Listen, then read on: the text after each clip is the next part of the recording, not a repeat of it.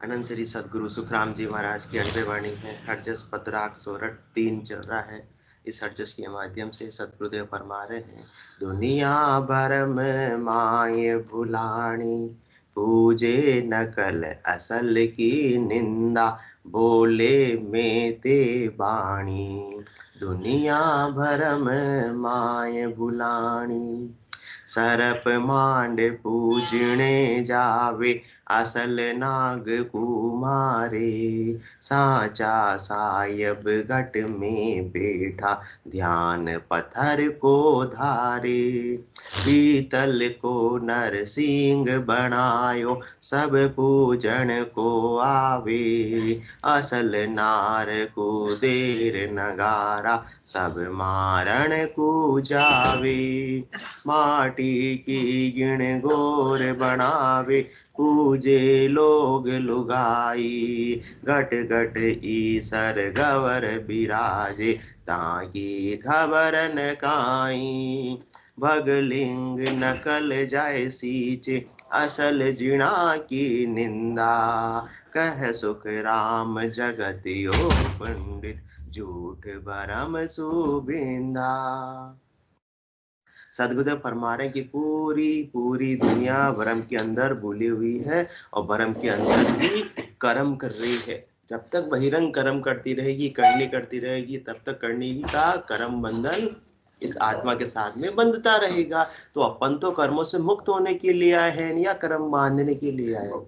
मुक्त होने के लिए आए हैं। तो कर्म करने से तो कर्म कटने वाले नहीं है। कर्मों को काटने वाला तो सदगुरु का ज्ञान और निज नाम जब तक प्राप्त नहीं होगा, तब तक तो इस आत्मा के अनेक जन्मों के कर्म पहले भी है और आगे भी रोज बंधते जा रहे हैं। जब तक बहिरंग करनी करेंगे, क्रिया करेंगे, उपाय करेंगे, तब तक तो कर्म बंधेंगे ही बंधेंगे। और कोई अशुभ करना चाहता नहीं है, परंतु शुभ के साथ में किसका जोड़ा है? अशुभ का जोड़ा वो अपने आप ही हो जाता है। तो शुभ कर्म को भी भोगना पड़ेगा और अशुभ को भी भोगना पड़ेगा। तो ये भोग योनि चलती रहेगी, भुगतना चलता रहेगा इस चक्रव्यूह से। इस प्रकार से तो भ्रम से तो मुक्त होने वाले नहीं है। इसलिए सदगुरुदेव फरमा रहे हैं कि आप इस सत्य की राह को पकड़ लो, ऐसे सच्चे केवल ज्ञान को प्राप्त कर लो, ऐसे सच्चे निज नाम को प्राप्त कर लो, उस आत्मा के सत स्वरूप का घट के भीतर बोध कर लो, तो बाहर की क्रिया अपने आप ही बंद हो जाएगी, समाप्त हो जाएगी। उसको बंद करने की आवश्यकता नहीं पड़ेगी। जब तक भरम है तब तक तो कर्म करते रहेंगे। इसलिए भरम कर्म दोना सुन्यारा, शुभ अशुभ दोना सुन्यारा, पाप पुण्य दोना सुन्यारा। जासु रहो लिवलाई, कह सुख राम राम बिन जग में सब ही कर्म उपाई। बिना राम जी के भक्त के, बिना राम जी के नाम के सुमरण के, बिना सदगुरु सत्ता के सब कर्म का ही उपाय है। क्यों? क्योंकि भरम अभी तक मिटा ही नहीं है। जब तक भरम है तब तक कर्म है, और जिस समय भरम मिट गया उस समय कर्म बंधन भी अपने आप ही छूट गए। क्योंकि भरमों की शाही सही तो चित्रगुप्त लिख रहा है, जब भरम की शाही नहीं रहेगी, इच्छा की शाही नहीं रहेगी, तो धर्मराय लेखन धर्म मेली पाप पुण्य खत फाड़िया। तो अपने आप ही वो सारे खत फट जाएंगे जब स्वरूप का बोध हो जाएगा कि मैं शरीर नहीं हूं, मैं शुद्ध स्वरूप आत्मा हूं, मैं परमात्मा का ही अंश हूं। उस सदगुरु की सत्ता के माध्यम से मैं आत्मा परमात्मा में मिल सकती है, बूंद सागर में मिल सकती है। बाकी तो ये भ्रम रहेगा, मैं तो बूंदू बूंदी रहूंगी, तो फिर हमेशा के लिए बूंद रहेगी। मैं तो परमात्मा नहीं हूँ, परमात्मा का अंश नहीं हूँ, परमात्मा हो ही नहीं सकती। परमात्मा को दूसरे हैं। परमात्मा तो पहाड़ों में मिलेंगे, परमात्मा तो तीर्थों में मिलेंगे, परमात्मा तो कुंभ में मिलेंगे, यहाँ थोड़ी परमात्मा मिलते हैं। ये सब क्या है? भरम है। तो पूरी दुनिया भरम माए बुलानी, और पूजे नकल असल की निंदा, बोले मेते वाणी। असली जो है केवल ज्ञान, असली परमात्मा तो घट के भीतर है, उनकी तो खबर ही नहीं है। और सब बहिरंग वस्तुओं की ओर आकर्षित हो रहे हैं, बाहर की दौड़ लगा रहे हैं, और सब अपने अपनी जिसको जितना ज्ञान है, जैसे जिसकी बुद्धि है, वैसे वैसे उसका महत्व गा रहे हैं, गुणगान गा रहे हैं। बोले मेते वाणी। और संसार का सदगुरुदेव उदाहरण देकर समझा रहे हैं कि अपन किस प्रकार से बाहर की क्रिया कर रहे हैं जिसमें हंसी आती है। सदगुरुदेव को क्या आ रही है? जिस प्रकार से बच्चे को 500 का नोट रख दो और एक 5 रुपए की सामने डेयरी मिल्क रख दो कि बच्चा दोनों में से कुछ एक चीज को उठा ले, लेनी एक ही है। अब वो भ्रम के अंदर है कि मुझे तो डेयरी मिल्क में क्या मिलेगा, सुख मिलेगा, तो 5 रुपए की डेयरी मिल्क उसने उठा ली। तो बड़ों को क्या आएगी, हंसी आएगी कि अभी बच्चा है, अभी इसमें समझ नहीं, अभी इसमें ज्ञान नहीं। इसलिए सदगुरुदेव भी कि अपन बड़े हो गए पर अभी तक अपने व्यवहार कैसे मुंद्रा साहब, बच्चों के जैसे हैं। सरप मांड पूजने जावे, असल नाग कुमारे, सांचा सायब घट में बैठा, ध्यान पत्थर को ध्यारे। रोज बात कर रहे हैं अपन, चित्र बना लिया, नकली की चीज है जिसमें वास्तविकता कुछ नहीं है, जिसमें चेतनता कुछ नहीं, वो क्या जड़ है। सर्प का चित्र चेतन है या जड़ है, तो पूजना ही है तो चेतन को पूजो, जड़ को पूजने से कुछ मिलने वाला नहीं है। जड़ आपसे बात कर सकता मुंद्रा साहब, सांप का चित्र बना दिया तो कुछ भी काम कर सकता नहीं है। तो भ्रम के अंदर है कि नहीं मैं सांप को पूज रहा हूँ और सांप तक बात पहुंच रही है, इस प्रकार से तो पहुंचने वाली नहीं है। इसी प्रकार से मैं बहिरंग वस्तुओं से, करनी से, क्रिया से परमात्मा को प्राप्त कर रहा हूँ, मैं परमात्मा से संवाद कर रहा हूँ, इस प्रकार से तो परमात्मा से बात होने वाली नहीं है। क्योंकि परमात्मा बाहर जितने हैं उतने ही कहाँ है, घट के भीतर है।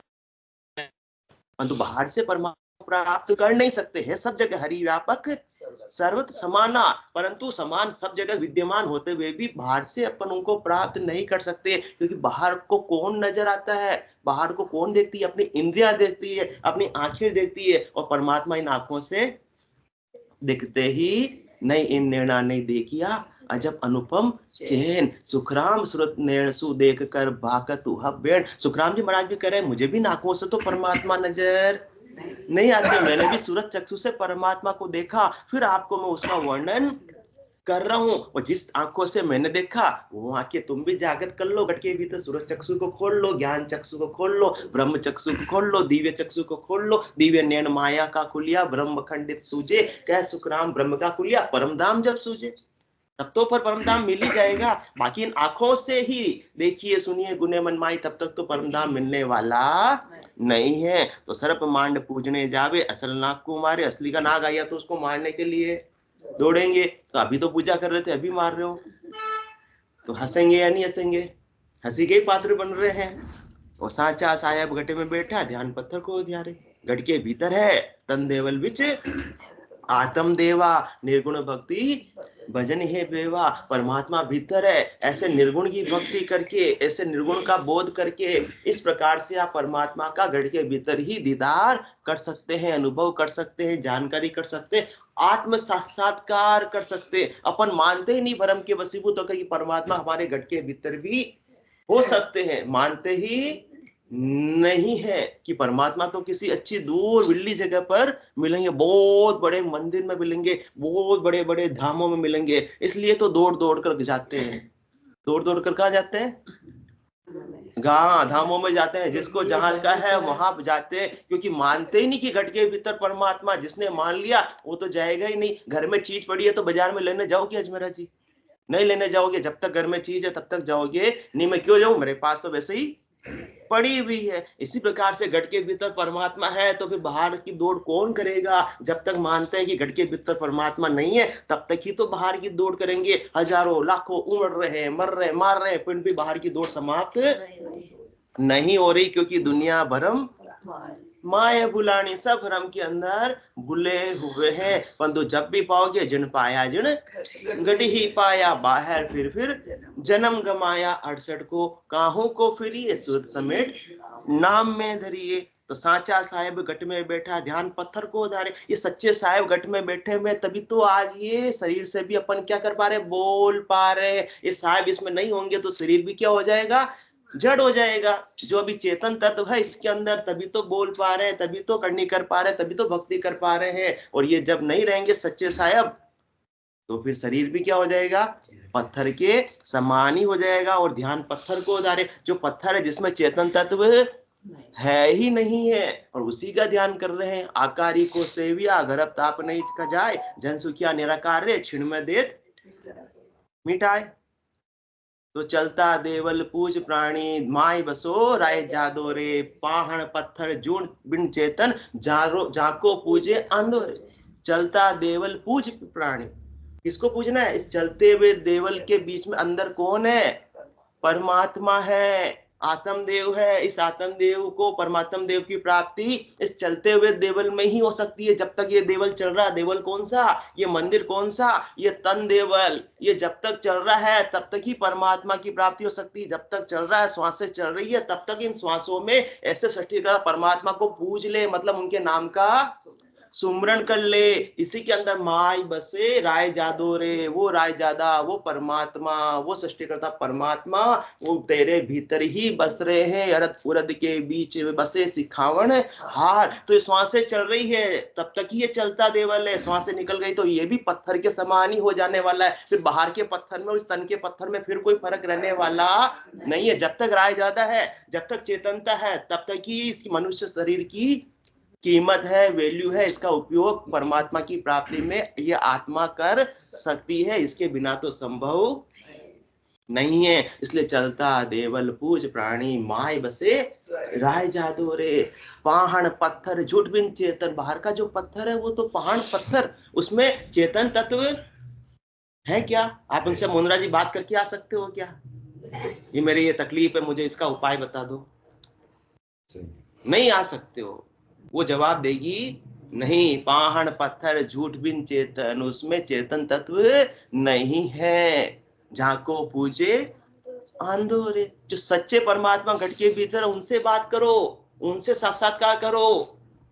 अपने को स्वयं की बात स्वयं से ही करनी है। स्वयं से तो बात की नहीं हो, दूसरों से बात करके अपन अपनी समस्याओं का निराकरण करना चाह रहे हैं, वो संभव नहीं है। पहले स्वयं की जानकारी होनी चाहिए कि मैं कौन हूं। मैं शरीर नहीं हूं, मैं कौन हूं?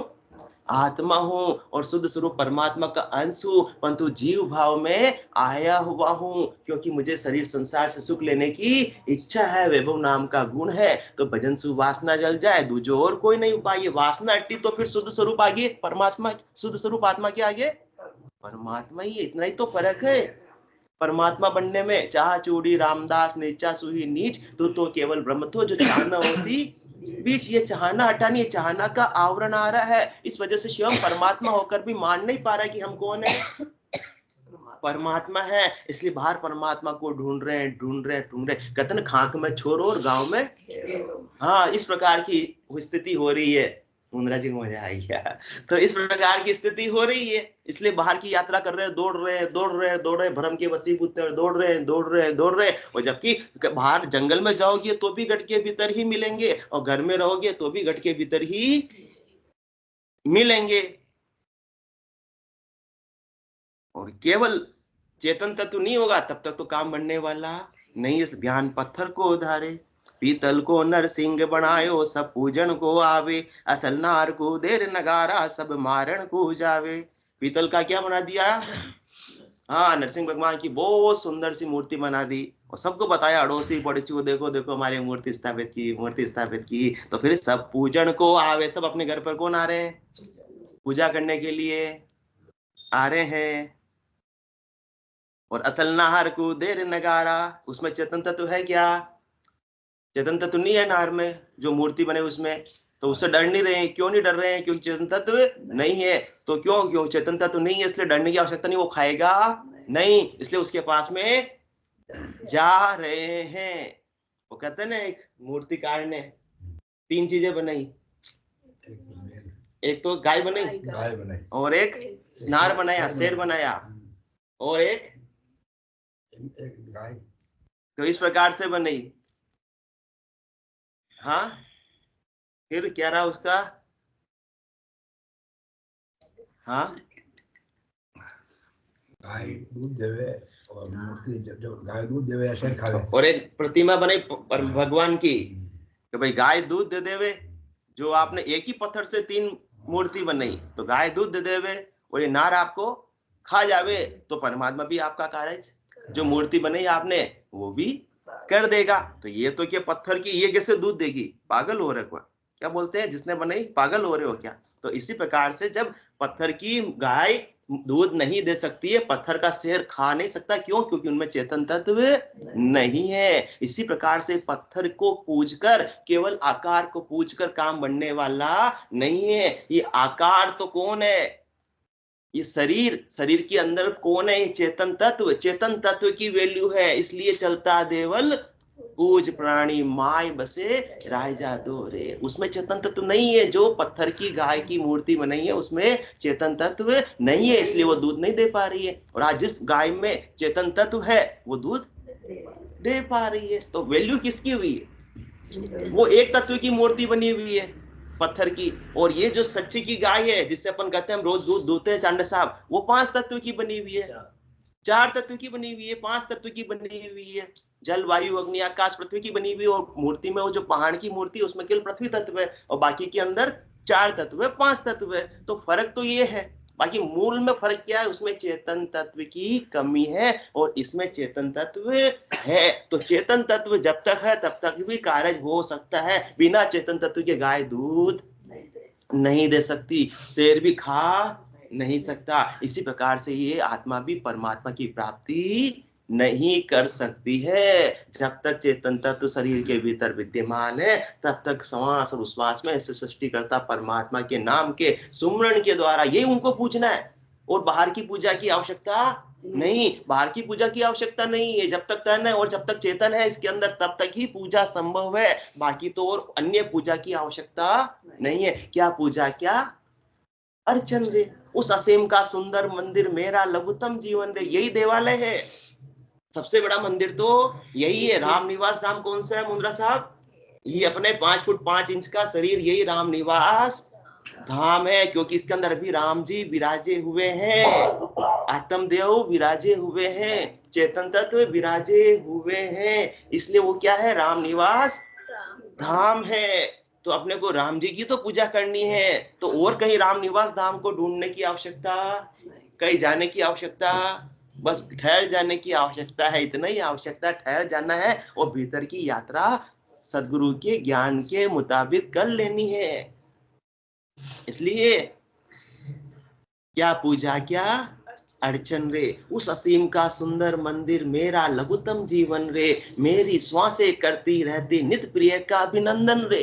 ये श्वास से चल रही है। जब तक चेतन तत्व है, जब तक आत्मदेव विराजमान है तब तक श्वास आ रही है और श्वास जा रही है। तो इस आत्मा को परमात्मा की प्राप्ति करनी है। तो जिसको प्राप्त करना है उसके नाम का सुमरण करो। उस असीम का सुंदर मंदिर मेरा लघुत्तम जीवन रे। मेरी श्वासें करती रहती नित्य प्रिय का अभिनंदन रे। पदरज को धोने उमड़े आते लोचन में जलकन रे। बाहर मूर्ति पर भी जाते हैं तो उनके चरणों का क्या करते हैं अपन?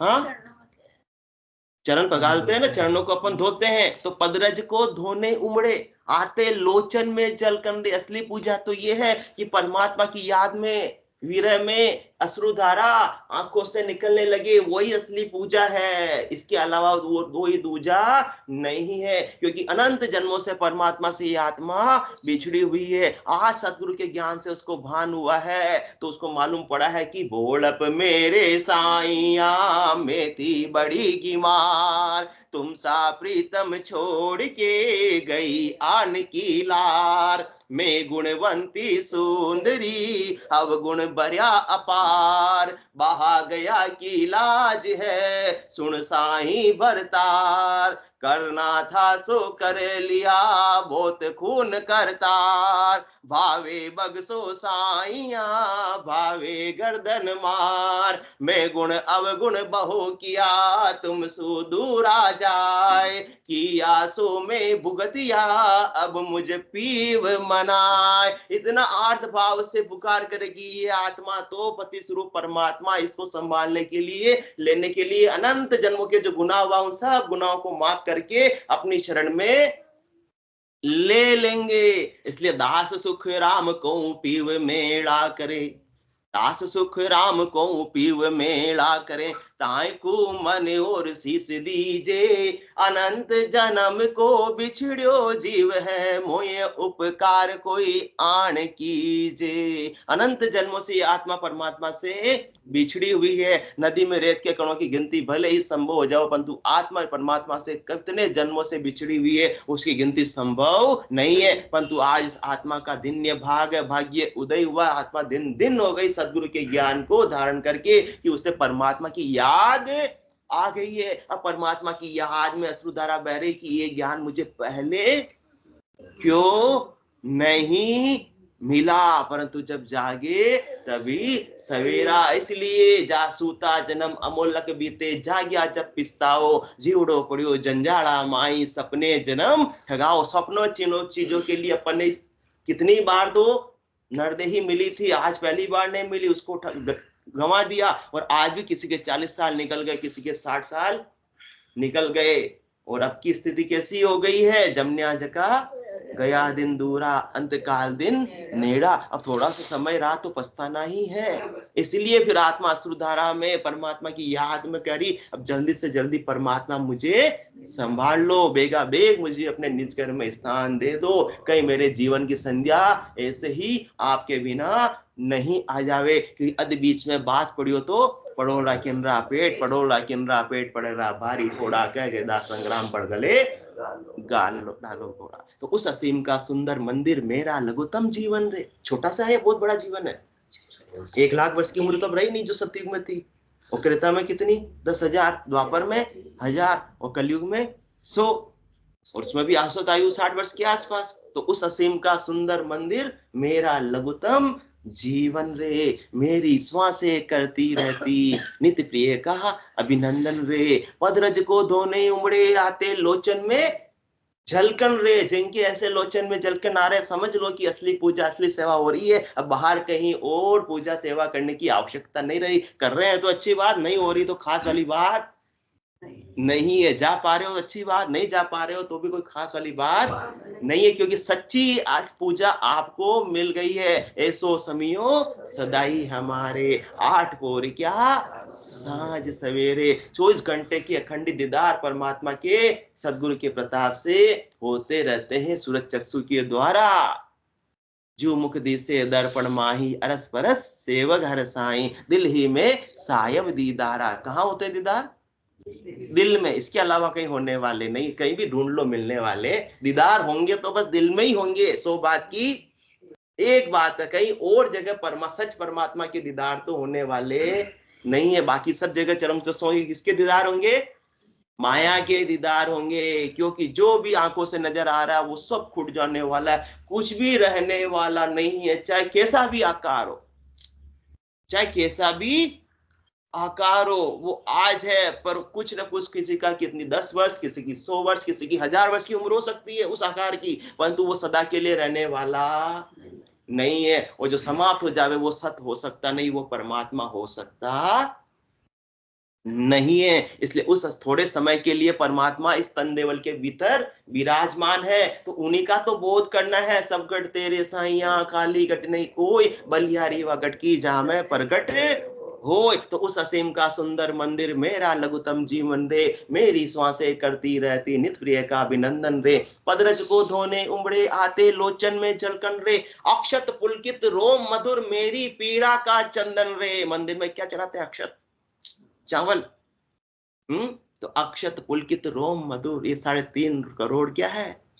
रोमावलियां है। इससे ररंकार की ध्वनि उठ रही है। तो 3.5 करोड़ अक्षत का रोज परमात्मा को अर्पण हो रहा है। अक्षत पुलकित रोम मधुर मेरी पीड़ा का चंदन रे। चंदन घिसते हैं मंदिर में जाकर, तो ये पीड़ा है कि परमात्मा अनंत जन्मों से मैं आपसे बिछड़ी हुई हूँ। अब बेगा बेग मुझे आपके साथ में आनंद पद का वासी बनना है, केल करना है। अब मुझसे ये विरह की पीड़ा और सही नहीं जाती, अब मुझसे विरह नहीं सहा जाता। अब तो आपसे बस मिलन मिलन मिलन की प्यास है। एक बार मैं आपसे मिल गई तो फिर वापस मुझे 3 लोकों में दुख देखने के लिए आना नहीं पड़ेगा। अक्षत पुलकित रोम मधुर मेरी पीड़ा का चंदन रे, स्नेह भरा जलता है झिलमिल मेरा ये दीपक मन रे। मंदिर में जाते हैं क्या जलाते हैं मुंद्रा साहब? दीपक जलाते हैं, उसमें कितने देर चलेगा, जब तक थोड़ा सा घी तेल होगा तब तक जल जाएगा, और घी तेल हर बायरा बजा तो वो भी बुझ जाएगा। तो स्नेह भरा जलता है झिलमिल मेरा ये दीपक मन रे। अब सदगुरु के प्रताप से मन के भीतर प्रेम उमड़ उमड़ कर आ रहा है, किनके प्रति, परमात्मा के प्रति। अब तक तो संसार के प्रति था, परंतु अब तो प्रेम का भी क्या हो गया, रूपांतरण हो गया, ट्रांसफॉर्मेशन हो गया निज नाम की जागृत के प्रताप से। तो अब प्रेम किनसे हो गया, परमात्मा से हो गया। राम जी का नाम और सदगुरु का ज्ञान, दो ही चीज भाती, फिर दूसरी चीज भाती नहीं है। तो स्नेह भरा जलता है झिलमिल मेरा ये दीपक मन रे मेरे द्रग के तारक में। तो कौन सा घी और कौन सा तेल है, स्नेह का घी तेल है, जो कभी भी खुटता नहीं है। मेरे द्रग के तारक में नव उत्पल का उन्मिनल रे। अब मेरे द्रग के तारक में, दोनों आंखों की पुतलियों के अंदर एक विशेष चमक, उत्साह आ गया है कि अब मुझे परमात्मा, मेरे परमात्मा, कोई अपना आता है तो कितना हो जाता है, 2-4 साल बाद कोई मिलता है तो कितनी आंखों में चमक आ जाती है। बच्चे हॉस्टल में पढ़ने गए, 2-3 अमेरिका पढ़ने भेज दिया, 2-4 साल बाद आ रहा है तो कितनी चमक आ जाती है। तो परमात्मा से तो बिछड़े हुए 2-4 साल नहीं है, कितने जन्म बीत गए उसकी गिनती संभव नहीं है। तो ऐसी आंखों में आज चमक है, इस आंखों में ऐसा इंतजार है कि मेरे द्रग के तारक में नव उत्पल का उन्मिनल रे। धूप बने जाते हैं प्रतिपल मेरे चिर स्पंदन रे। मंदिर में धूप भी लगाते, तो चिर स्पंदन, चिर स्पंदन रे, हृदय से जो विचार उठ रहे हैं परमात्मा की प्राप्ति के, परमात्मा की प्राप्ति के सुख के, उस खेल के, उस विलास के, उस आनंद के, तो ऐसे उड़ते ही रहते हैं, उड़ते ही रहते हैं, जिस प्रकार से धूप उड़ती रहती है। धूप बने जाते हैं प्रतिपल मेरे चिर स्पंदन रे। और प्रिय प्रिय जपते अधर ताल देता पलकों का नर्तन रे। क्या पूजा क्या अर्चन रे। इस फोटो से अब संसार की बातें अच्छी नहीं लगती, अब तो प्रिय प्रिय जपते अधर, इस अधरों से श्वास आते भी श्वास में, जाते भी श्वास में परमात्मा के नाम का सुमरन। प्रिय कौन आत्मा के, राम जी। वो तो कहते न जाने कौन है मेरो नाम, पर संता मुख में सुने हूँ राम। तो मेरा नाम राम ही सही। तो ये आत्म सुंदरी श्वास और उश्वास के अंदर राम जी के नाम का सुमरन करती रहती है। प्रिय प्रिय जपते अधर, और ताल देता पलकों का नर्तन रे। मंदिर में जाके ताल बजाते, ढोल नगाड़े बजाते, तो पल के अपने आप ही झपकती रहती है। ताल देता पलकों का नर्तन रे। क्या पूजा क्या अर्चन रे। तो ऐसी पूजा, ऐसी अर्चन जो अंदर खाते की चाहिए। बाहर की पूजा अर्चना तो एक नाटक मात्र है, खेल मात्र है, प्रतीति मात्र है, उससे सत परमात्मा मिलने वाले नहीं है। क्योंकि वो बहिरंग करनी में आ गई। करनी और बहिरंग करनी से तो माया ही प्राप्त होगी, बहिरंग पर्चों से माया ही प्राप्त होगी, घट पर्चों से परमात्मा प्राप्त होंगे। परंतु सबको बहिरंग पर्चे ही अच्छे लगते हैं, क्योंकि वो सामने उसका असर दिखाई देता है। घट पर्चे किसी को बता नहीं सकते, वो तो साधक को स्वयं को मालूम पड़ता है, जिसको घट के भीतर ऐसा अनुभव हो रहा है। आनंद स्वरूप परमात्मा का दीदार तो साधक स्वयं ही प्राप्त कर सकता है। कोई कहता है कि कैसा होता है गुड़, मीठा होता है। अब क्या मीठा कैसा होता है, अब तो इतना परिश्रम तो कर ले, तू खाकर देख ले। इस प्रकार से घट पर्चों का आनंद आपको लेना है तो आप भी सद्गुरु विधि से भजन करके देख लो, अपने आप ही आपको मालूम पड़ जाएगा कि नहीं, ऐसा ही नहीं, ऐसा ही होता है। फिर जाके विश्वास आएगा, प्रतीति आएगा, नेचा आएगा कि नहीं, सदगुरु जो बता रहे बिल्कुल 100% बात सत्य है, उसमें थोड़ा सा भी कोई फेरसार वाली बात नहीं है। तो असल नहार को देर नगारा सब मारण को जावे, माटी की गिंगोर बनावे, पूजे लोग लुगाई, गट गट इसर गवर बिराजे, ताकि खबर न काई। कोई बच्चे बनावे, अपन छोटे थे अपन भी बनाते थे, है बालू का तू है ना, बालू के भी मंदिर बनाते हैं। हाँ, रेत बाहर मकान का काम चलते तो छोटे छोटे जाके क्या बनाते थे, तो क्या उसमें रह पाते थे, बनाया और थोड़े समय में घर चालू हुई है, वापस बिगाड़ के घर चले गए। बच्चों का खेल, उसमें कुछ भी हाथ आया। इसी प्रकार से क्या कर रहे हैं, ये बच्चों का खेल कर रहे हैं। माटी की गिनगोर बनावे और पूजे लुगाई, बनाकर उनको पूज ली। ये तो क्या हो गया, इससे क्या प्राप्ति हो जाएगी, बच्चों को खेल में कुछ प्राप्ति हुई, अपने समय को ही बर्बाद किया। इसी प्रकार से इस आत्मा को इस प्रकार से तो परमात्मा की प्राप्ति होने वाली नहीं। ये तो मन का क्या है, बच्चों को खेल में क्या आया, मनोरंजन हो गया। इस प्रकार से अपने बड़ों को भी क्या हो गया, इसमें मन का मनोरंजन हो गया। आत्मरंजन तो हो ही नहीं पाया, और सबको बाहर का मनोरंजन ही अच्छा लगता है, खेल तमाशे ही अच्छे लगते हैं, क्योंकि इसमें मन क्या हो जाता है, राजी हो जाता है। तो वहीं तक की सीमित है सारी यात्रा। कहां तक की, जिस प्रकार से बच्चों की है। तो अपन बड़े हैं या बच्चे, शरीर से तो क्या हो गए। और हमारी माता जी क्या बोलती है, आल तक नहीं कहीं नहीं छोड़ बुद्धि आल घी को ने। तो गट गट इस माटी की गणगोर बनावे, पूजे लोग लुगाई, गट गट ईसर गवर विराजे ताकि खबर न खाई। और घट के भीतर ही परमात्मा विराजमान है, शिव पार्वती घट के भीतर ही विराजमान है, क्योंकि इन शरीर अर्ध नारीश्वर का शरीर है। तो इस घट के भीतर है ईश्वर विराजे हुए, इनकी शोधना घट के भीतर ही कर लो। वो आपसे बात भी करेंगे, आपका स्वरूप का बोध भी आपको हो जाएगा। फिर किसी अन्य को खोजने की, अन्य से बात करने की आवश्यकता ही समाप्त हो जाएगी। फिर नाटक करने की, खेल करने की आवश्यकता ही समाप्त हो जाएगी। तो गट गट और ईश्वर गवर विराजे ताकि खबर न खाए, उनकी खबर नहीं है तभी तो बाहर की बना रहे हैं शिव पार्वती, तो बाहर की बना रहे हैं। जब घट के भीतर की यात्रा हो जाएगी, घट के भीतर परमात्मा की दीदार हो जाएंगे, तो बाहर की बनाने की जरूरत ही नहीं रहेगी। बगलिंग नकल जाए सींचे असल जिना की निंदा, कै सुखराम जगतियो पंडित झूठ भरम सुबिंदा। बाहर बना रहे हैं भगवलिंग, और उनकी क्या कर रहे हैं, पूजा कर रहे हैं। और कागलिया लिंग असल है, रसना सो भगो। अनंत श्री सदगुरु सुखराम जी महाराज फरमा रहे हैं, असली लिंग कौन सा, आपके कागलिया शिवलिंग है, और रसना क्या जलेरी है। इसके अंदर आपको सावन के अंदर अभिषेक करते हो, तो यहाँ तो 12 ही महीने का अभिषेक, आपके 24 घंटे का अभिषेक चालू आप चाहो तो सदगुरु विधि से सुमरन के द्वारा कर सकते हो। तो ऐसा अच्छा है या केवल सावन का अभिषेक अच्छा है? जो भी है सब घट के भीतर ही है। तो घट के भीतर जिसको समझ नहीं है तो उनको बताते हैं, तो उसकी क्या करते हैं, निंदा करते हैं। भगलिंग नकल जाए सींचे, वो तो नकल है, केवल प्रतीति मात्र है। आगे बढ़ने के लिए सीढ़ी है, पहली क्लास है।